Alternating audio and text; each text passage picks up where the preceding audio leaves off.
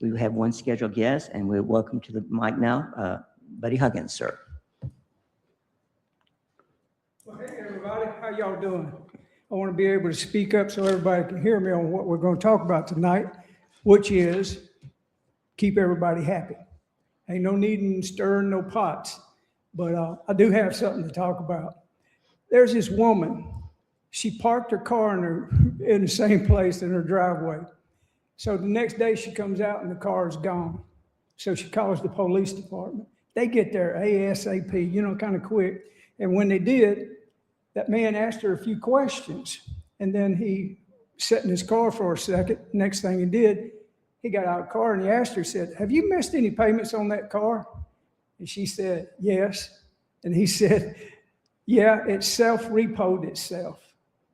In other words, these electric cars, there used to be just one kind of electric car. It was a Tesla. Now, if you look around, there's Audis, Cadillacs, I don't know, it's just 10 of them. And there's going to be more coming. Every car after 2027 is going to have a kill switch. Do you know where the first kill switches were installed in what cars? Police cars.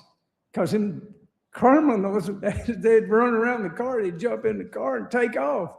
And now all the police has to do is, make a phone call, and he calls dispatch, and he says, "Kill my car," and it kills it dead. And the guy in the car has to get out and run. It's comical, but it's setting a precedence for this next thing I'm fixing to say. Now, not only in 2027, but they already got them in cars. Forward-facing cameras that are looking at your face, and say your wife is pregnant and you got to get her to the hospital and you jump in. I remember my first child, and you ought to see me. I was a train wreck trying to crank the car. Now, if it locks your car out, you don't go to the hospital. You got to call a taxi or a friend because it shuts your car down. Now, with transparency, talking to y'all, this is the future we're looking at. I'm going to tell you where all of this comes from, and I want y'all to do your research and see if I'm right. There was a Bundy Ranch out west, northern Arizona, and it was the BLM. First time you ever heard BLM stood for Bureau of Land Management, and then they changed it. All of a sudden, it wasn't that. It was something totally different. But during that episode with that organization, the Bundys had to ask for people to come and help them. And so thousands and thousands got their pickup trucks and they drove from New York all the way to the East Coast to the West Coast. Now, do you see how that is frightening to the government that we have? They don't want you to be able to jump in a car and make it to somewhere out west to help somebody that's fighting with the Bureau of Land Management. So when all them people showed up, it started off at 1,000. It went past 5,000. It went to 10,000. And then it went over to 20,000 people. Well, the Bureau of Land Management had to back down.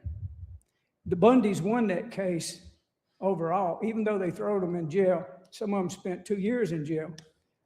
But they ultimately won because they were honorable people.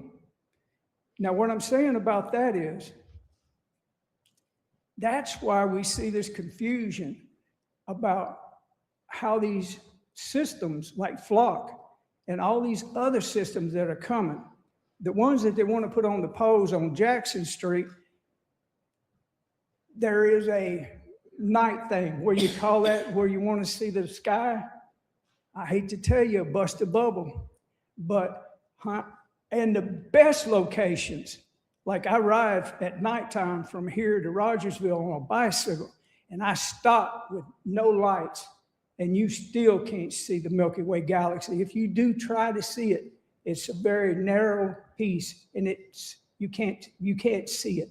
What it is they're tricking people by saying that your camera, your cell phone has one button. You can switch that button and then you can see it. You're not seeing it with your real eyes.